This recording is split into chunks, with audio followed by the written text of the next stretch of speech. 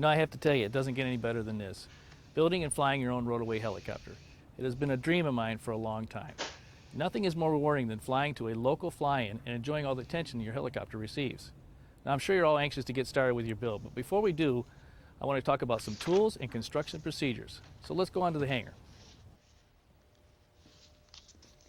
As you can see, the new Talon helicopter has just been delivered, and we are just in the beginning stages of producing the new construction video series. We're also adding throughout the series builder tips that I have compiled over the years from Rotorway's technical support team, other Rotorway builders, and my own build experiences. As you begin this journey, you can at times be overwhelmed with the project. Just uncrating the large parts and sorting through the small parts can be a little intimidating. You might find yourself asking, what have I got myself into? But fear not, Rotorway has one of the highest builder completion rates in the industry. Rotorway is one of the few manufacturers that offers a comprehensive video construction series. In addition, the construction manuals and the construction prints all interface with a well-organized parts identification and layout. And as always, customer support is just a phone call away. In addition to the excellent customer support programs here at the factory, Rotorway's new U.S. dealer network and the International Distributors Group will also offer customer service, maintenance support, and flight training. So in short, you are certainly not alone. Okay, let's get started. Section 1 is dedicated to tools and the standard construction procedures. When building your helicopter, it is important to follow these construction procedures and use some common sense. Building the Rotorway helicopter requires some fabrication, assembly, and most importantly, the builder must maintain the tolerances as specified by the instructions. Following these comprehensive guidelines will go a long way in achieving your goal of constructing a reliable and safe helicopter. Let's first start with some of the tools you're going to need in addition to the standard mechanics hand tools. If you're like me, you love tools, and I really love a tool that makes the job easier. In Section 1, I will show you the tools you will need to build your helicopter. In addition, throughout the entire construction series, I'll be showing some optional tools that I've discovered over the years that can make some tasks even easier, and then you can decide if you want them in your toolbox.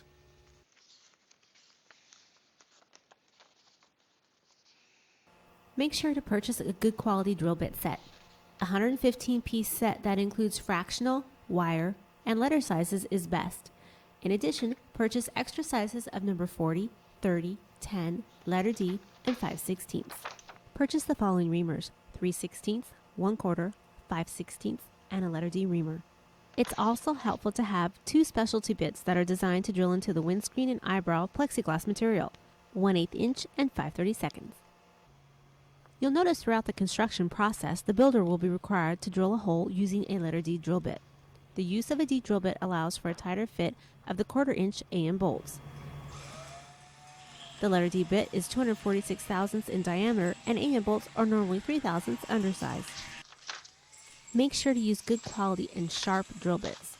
The chromoly steel used throughout the helicopter is very strong material. The only way to drill through it is with sharp bits and plenty of cutting oil. Follow these standard construction procedures when drilling holes. In order to drill a hole closer to the exact size, always start with a slightly smaller drill, then finish the hole with a sharp drill of the exact size. When attempting to drill the 4130 steel, always use a slow drill speed and apply pressure. Drills must be sharp. A dull drill bit will become hot and harden the material. Once the Wer hat 4130 steel hier hardens, diese it will be almost Auszahlungen? impossible to make the Was drill cut hier through. zusammen? A reamer Ich should finde be ihn in dem used for final Ausgangsraum. slicing Habt of ihr die auf precision Tommy holes within gelegt? plus or minus Auf 1 welche? thousandths of an inch. A good rule of thumb is to use half the speed for reaming that you do for Danke. drilling. Super, And make das sure wollte you ich use wissen. plenty of oil. Perfekt. You'll need a good quality hand riveting tool. The two sizes of blind rivets used in the kit are 3/32 and 1/8 inch. Speaking of rivets, you'll notice the kit has two types of blind rivets, aluminum and steel rivets. The aluminum rivets are used for non-structural type fasteners, for example, nut plates and Zeus springs. The steel rivets are used for structural items. Correct grip length of the rivets is determined by the thickness of the materials being fastened. Should you need to replace a rivet, drill out the rivet using the same size of the rivet. Start drilling in the center of the rivet head and rotate the drill in a circle until the head of the rivet comes off. Stop drilling and use a punch to remove the shank.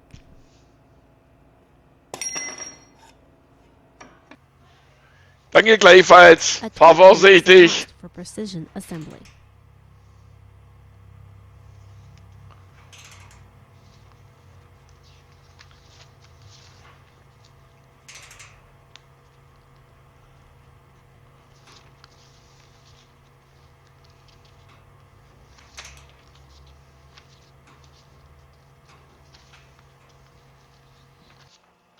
Two types of torque wrenches are recommended for the construction and maintenance of the helicopter.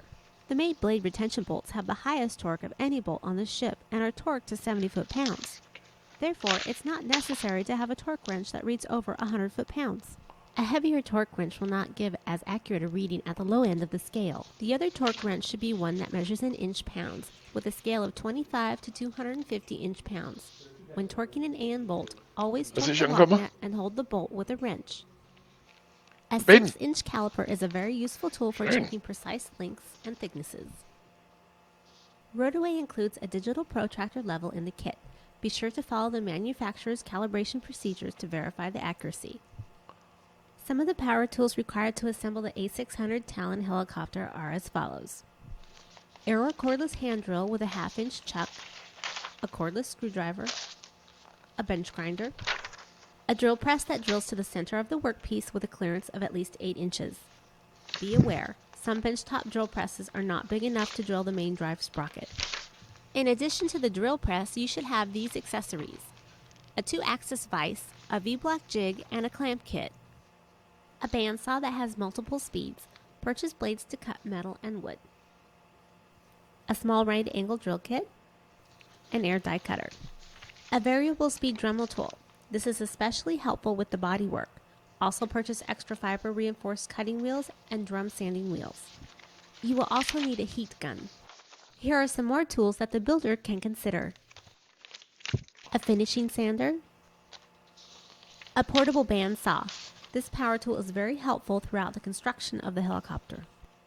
A combination belt and disc sander. This power tool is very helpful in shaping and trimming the small parts that need to be fabricated from the raw materials. A rotozip. A small brake at least 30 inches wide. And a hand hole puncher. A hand press. The hand press will be used in the construction and maintenance of your helicopter.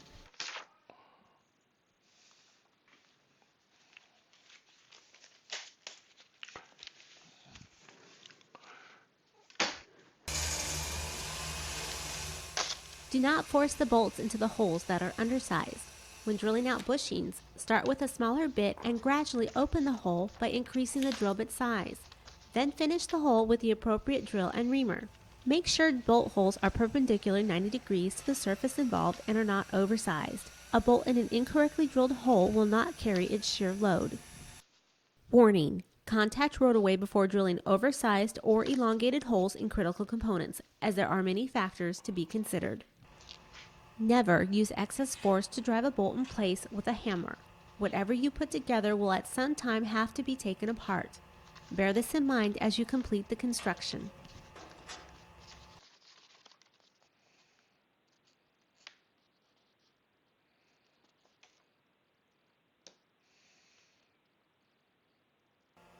Several types of hardware are used on Rotorway helicopters, including standard AN hardware and various military specifications MS. Never substitute the original hardware with bolts made from lesser strength material. Hardware store variety nuts and bolts are normally mild steel and are not heat treated. AN hardware is twice as strong as most mild steel bolts of the same size. Elastic lock nuts, also called fiber lock nuts, are used in many places on the helicopter. These nuts are made with fibrous collar in one end to keep them from vibrating off. After tightening to the required torque, a minimum of 1 and a maximum of 3 threads should extend past the end of the nut. Nuts must never bottom out on threads. In addition, never attempt to tap threads further on an AN bolt. It's acceptable to use up to 2 washers underneath the head of the bolt and/or the nut prior to going to the next shorter length. Every length of every size of AN hardware is sometimes difficult to find. Therefore, the use of extra washers is occasionally necessary. You should also purchase some thin AN washers in sizes 3/16, 1/4, and 5/16 of an inch. These washers will help with fitting proper bolt grip length. All bolts used as pivots or hinges in operation use castellated nuts and cotter pins. Examples: swash plate scissor and tail rotor actuator arm. In these applications, the nut must not be tightened to a point where the bolt is not free to rotate. The cotter pin should fit snug in the hole. Do not use elastic lock nuts on bolts which have cotter pin holes in the threaded end, as the sharp edge of the hole will cut the locking device, rendering it ineffective. It will be necessary after verifying the fit to drill the end of the AN bolt for the cotter pin. Use a drill block tool designed for this task to center the hole through the bolt end. All bolts without elastic lock nuts or other locking devices must be safety wired to prevent them from vibrating loose during operation. Wenn man bei Rotorway die Bauvideos nur online gucken kann und nicht runterladen, mache ich gerade eine Bildschirmaufzeichnung. Da habe ich es nämlich bei mir selber und habe ein Tool gefunden, wie man englische Videos auf Deutsch übersetzen kann.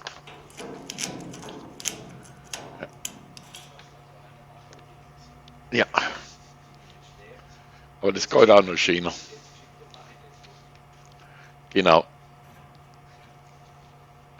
Der Meinung bin ich auch.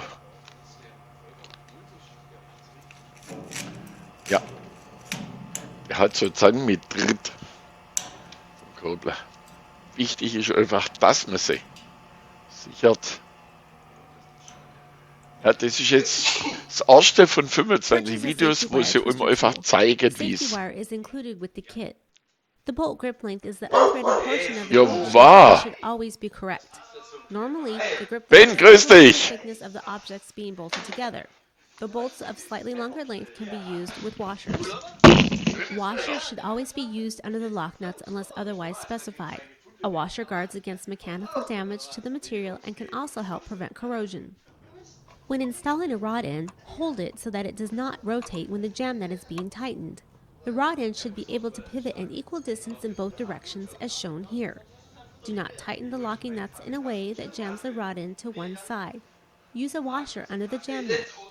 When tightening the nuts of the ends of the control cables, the threaded rod must be held to prevent the inner cable from twisting inside the housing.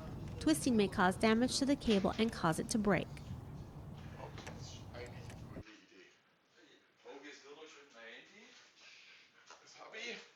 Aber ich trinke jetzt erstmal nur Alibi-Kaffee. Erstmal hallo. Fit shafts and mating parts carefully. If a bearing does not slide onto the appropriate shaft, do not hammer it in place. It's okay to tap lightly. Use 400 to 600 grit sandpaper to sand shaft down slightly until the bearing fits. In most cases, there will only be small burrs which need to be removed. The Rotorway helicopter has several slip fits used in assembling shafts and bearings. A slip fit is one in which the bearing may be rotated onto the shaft by hand. The inner race should be rotated as the bearing is slid on the shaft. It will take a little pressure to force on a slip fit. However, no other means but hand pressure will be used. In each case, except for the main rotor shaft thrust bearing on final assembly, you will clean the surfaces with acetone and coat them with Loctite 609 prior to installing the bearing. As for bearing removal, reference the maintenance video series on how to remove the Loctited bearings.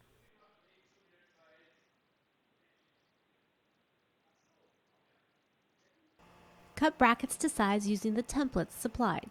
Use a 24 teeth per inch hacksaw blade or a low-speed bandsaw to cut out brackets. When bending 4130 steel, always file internal corners smooth with a rat tail file. This will help prevent cracking during the bending operation. You can use a small brake to bend the material, such as the fuel tank straps.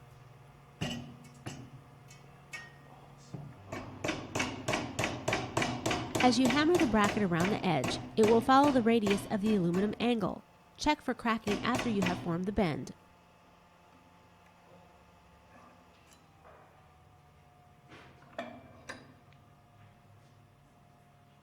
Heat may be applied during the process for brackets over 1/16 inches in thickness.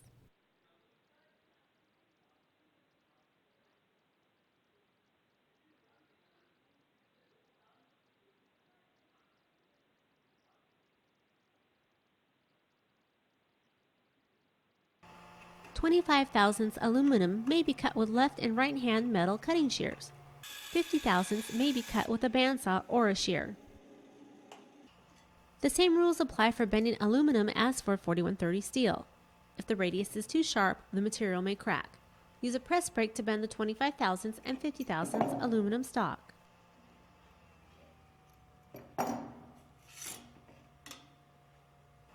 Adequate sheet stock has been supplied in the kit. However, take care to position the templates in such a manner that you use up the material effectively.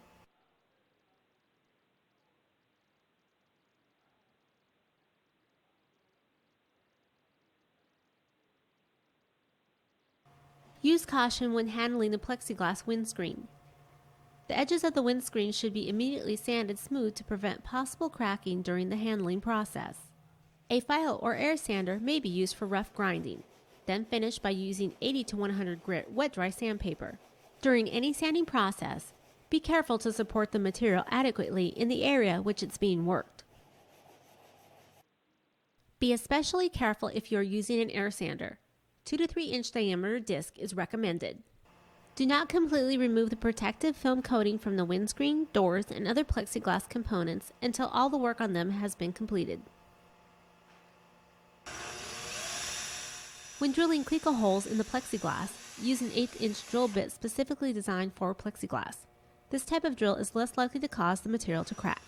The windscreen uses size number 6 screws, nuts, and washers. Before the windscreen is finally installed, the screw holes must be drilled oversized, using a 5/32 plexiglass drill bit, so that the windscreen is able to shift slightly. There should not be any stress on the windscreen. The fasteners that hold the windscreen should be snug, not over-tightened. They should be secure and just able to be turned with a screwdriver. If a crack begins to form in the plexiglass, immediately drill the end of the crack with a small drill bit, about 1/16 inches in diameter. This will prevent the crack from propagating like a zipper. There are several products on the market that can clean and polish your plexiglass windscreen. Clarity may be maintained in the windscreen by frequent polishing with these products. Avoid circular patterns while polishing your windscreen. A good practice is to use parallel strokes to apply and remove the polish.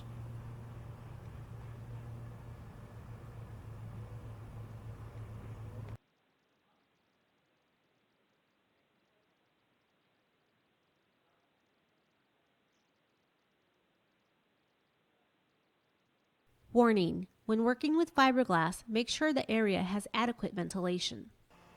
Locate additional supplies including acetone, rubber squeegee, 1 to 2 inch wide brushes, and plenty of rags. Rubber gloves and eye protection should always be used.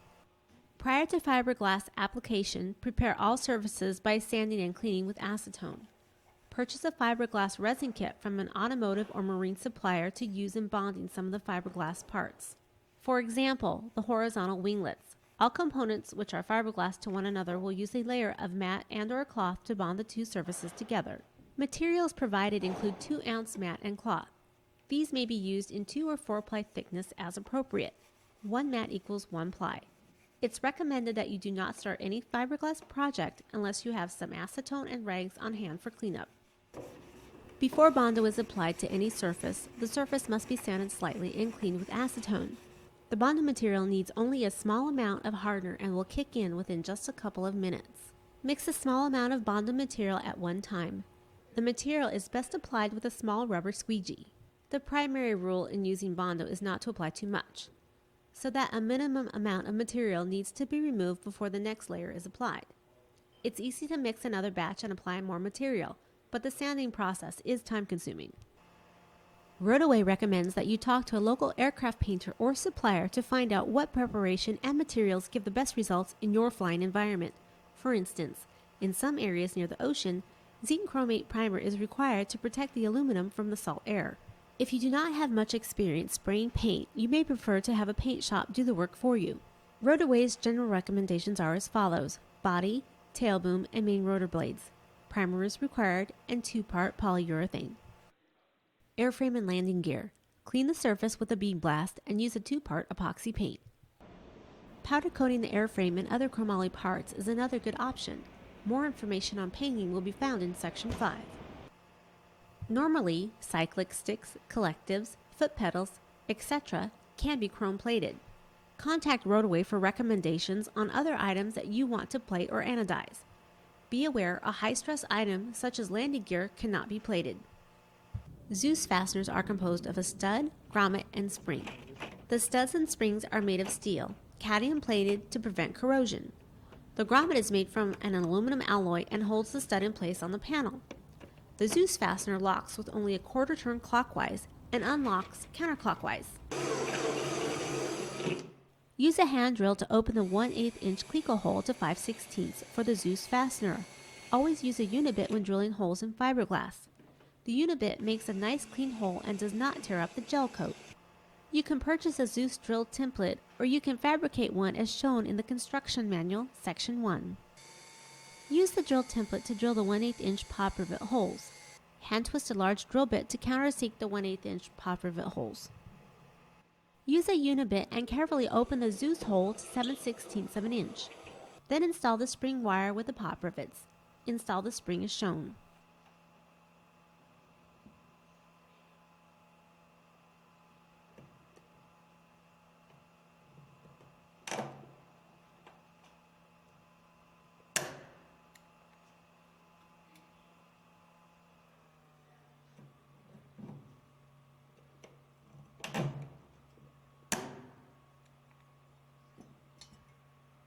Use a Unibit and open the hole for the grommet to 3/8 of an inch. Use an arbor press to install the Zeus fasteners.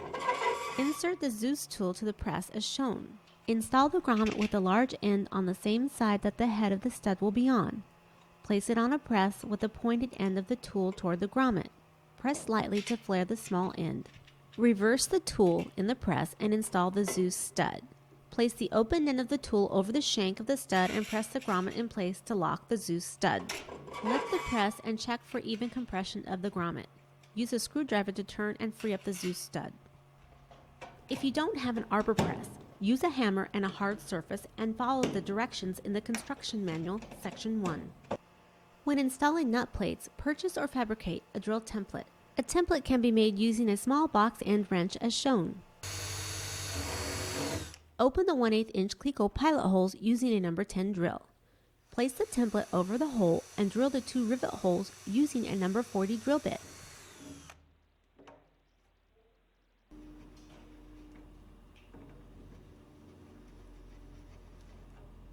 Secure the nut plate with 2 3/32 aluminum rivets. Well, that concludes section 1, and I realize we have covered many items and procedures, but you can certainly review this section again. If you have any questions, please call our customer service staff, and they will be glad to assist you in any way they can. Next, we'll start the construction of your new helicopter.